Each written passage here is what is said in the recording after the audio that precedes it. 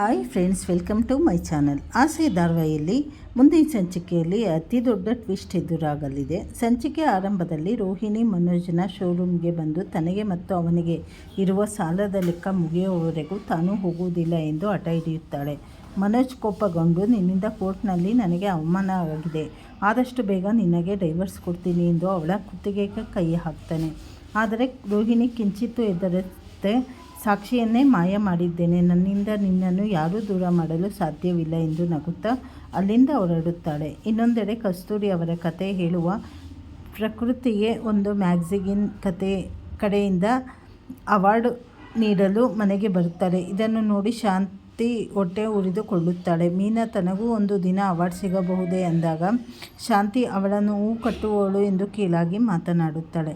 ಆದರೆ ಮ್ಯಾಗಝಿನ್ ಅವರು ನಿಷ್ಠೆಯಿಂದ ಕೆಲಸ ಮಾಡುವವರಿಗೆ ಗೌರವ ಸಿಗಲೇಬೇಕು ಎಂದು ಶಾಂತಿಗೆ ಟಾಂಗ್ ನೀಡುತ್ತಾರೆ. ಇದೇ ವೇಳೆ ಮೀನಾ ಗೇಟ್ನಿಂದ ಹೊರಡುವಾಗ ವಿಶಾಲಾಕ್ಷಿ ಸಿಕ್ಕಿ ಹೂವಿನ ಅಂಗಡಿ ಬಗ್ಗೆ ಕೇಳಿದಾಗ ಮೀನಾ ತಕ್ಕ ಟಕ್ಕರ್ ಕೊಡ್ತಾಳೆ. ನಂತರ ಶಾಂತಿ ತನ್ನ ಮಗ ಮನೋಜ್ಗೆ ಸಾಲ ತೀರಿಸಲು ಹಣ ಬೇಕೆಂದು ವಿಶಾಲಾಕ್ಷಿ ಬಳಿ ಸಹಾಯ ಕೇಳುತ್ತಾಳೆ.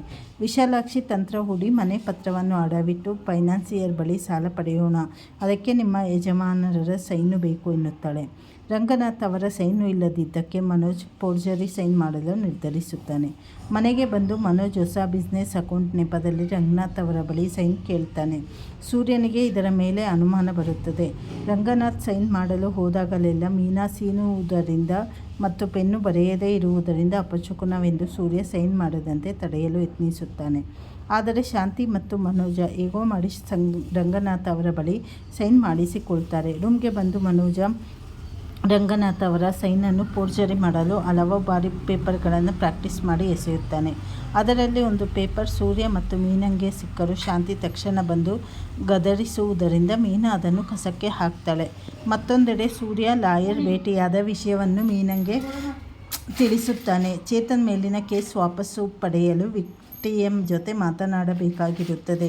ಮೀನಾ ಕನಕಳಿಗೆ ಫೋನ್ ಮಾಡಿದಾಗ ಅರುಣ್ ಅವಳೊಂದಿಗೆ ಮಾತನಾಡದೆ ಚಿತ್ರಹಿಂಸೆ ನೀಡುತ್ತಿರುವ ವಿಷಯ ತಿಳಿದು ಮೀನಾ ಆತಂಕಕ್ಕೊಳಗಾಗುತ್ತಾಳೆ. ಈ ವಿಷಯವನ್ನು ಸೂರ್ಯನಿಗೆ ತಿಳಿದರೆ ಅವನು ಅರುಣ್ಣನ್ನು ಸುಮ್ಮನೆ ಬಿಡುವುದಿಲ್ಲ ಎಂದು ಒದ್ದಾಡುತ್ತಾಳೆ. ಕೊನೆಯಲ್ಲಿ ವಿಶಾಲಾಕ್ಷಿ ಶಾಂತಿ ಮತ್ತು ಮನೋಜನನ್ನು ಫೈನಾನ್ಸಿಯರ್ ಆಫೀಸರ್ಗೆ ಕರೆದುಕೊಂಡು ಹೋಗ್ತಾಳೆ.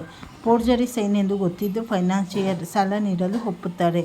ಸೈನ್ ಮಾಡುವಾಗ ಕರೆಂಟ್ ಹೋಗಿ ಅಪಶಕುನವಾದರೂ ವಿಶಾಲಾಕ್ಷಿ ತಲೆಕೆಡಿಸದಂತೆ ಹೇಳಿ ಅವರಿಂದ ಸೈನ್ ಮಾಡಿಸಿ ಹಣ ಕೊಡಿಸುತ್ತಾಳೆ. ವಿಶಾಲಾಕ್ಷಿ ಮತ್ತು ಫೈನಾನ್ಸಿಯರ್ ತಮ್ಮ ಪ್ಲಾನ್ ಸಕ್ಸಸ್ ಆಯಿತು ಎಂದು ಕೈಸನ್ನೆ ಮಾಡಿಕೊಳ್ತಾರೆ. ಇವರು ಮೂವರು ಆಫೀಸ್ನಿಂದ ಹೊರಬರುವಾಗ ಹೂ ಕೊಡಲು ಬಂದ ಮೀನಾ ಇವರನ್ನು ನೋಡಿ ಮರೆಯಲ್ಲಿ ನಿಂತು ಇವರು ಸಾಲ ಪಡೆಯುವುದನ್ನು ಕಂಡು ಶಾಕ್ ಆಗ್ತಾಳೆ. ಆದರೆ ಅವರಿಗೆ ಮನೆ ಪತ್ರ ಇಟ್ಟಿರುವ ವಿಷಯ ತಿಳಿಯುವುದಿಲ್ಲ. ಈ ಕುತೂಹಲದೊಂದಿಗೆ ಸಂಚಿಕೆ ಮುಕ್ತಾಯವಾಗುತ್ತದೆ. ಸ್ನೇಹಿತರೆ, ಇದು ಇಂದಿನ ಸಂಚಿಕೆ. ಮುಂದೆ ಧಾರಾವಾಹಿಯಲ್ಲಿ ಏನೇನೋ ಬದಲಾವಣೆ ಆಗುತ್ತದೆ ಅಂತ ಹೇಳಿ ಮುಂದೆ ತಿಳಿದುಕೊಳ್ಳೋಣ. ಹೊಸದಾಗಿ ಯಾರು ಚಾನಲ್ ನೋಡ್ತಾ ಇದ್ದೀರಾ, ಚಾನಲನ್ನು ಸಬ್ಸ್ಕ್ರೈಬ್ ಮಾಡ್ಕೊಳ್ಳಿ, ಲೈಕ್ ಮಾಡಿ, ಶೇರ್ ಮಾಡಿ, ಹಾಗೆ ಸಪೋರ್ಟ್ ಮಾಡಿ. ಧನ್ಯವಾದಗಳು. Thank you for watching.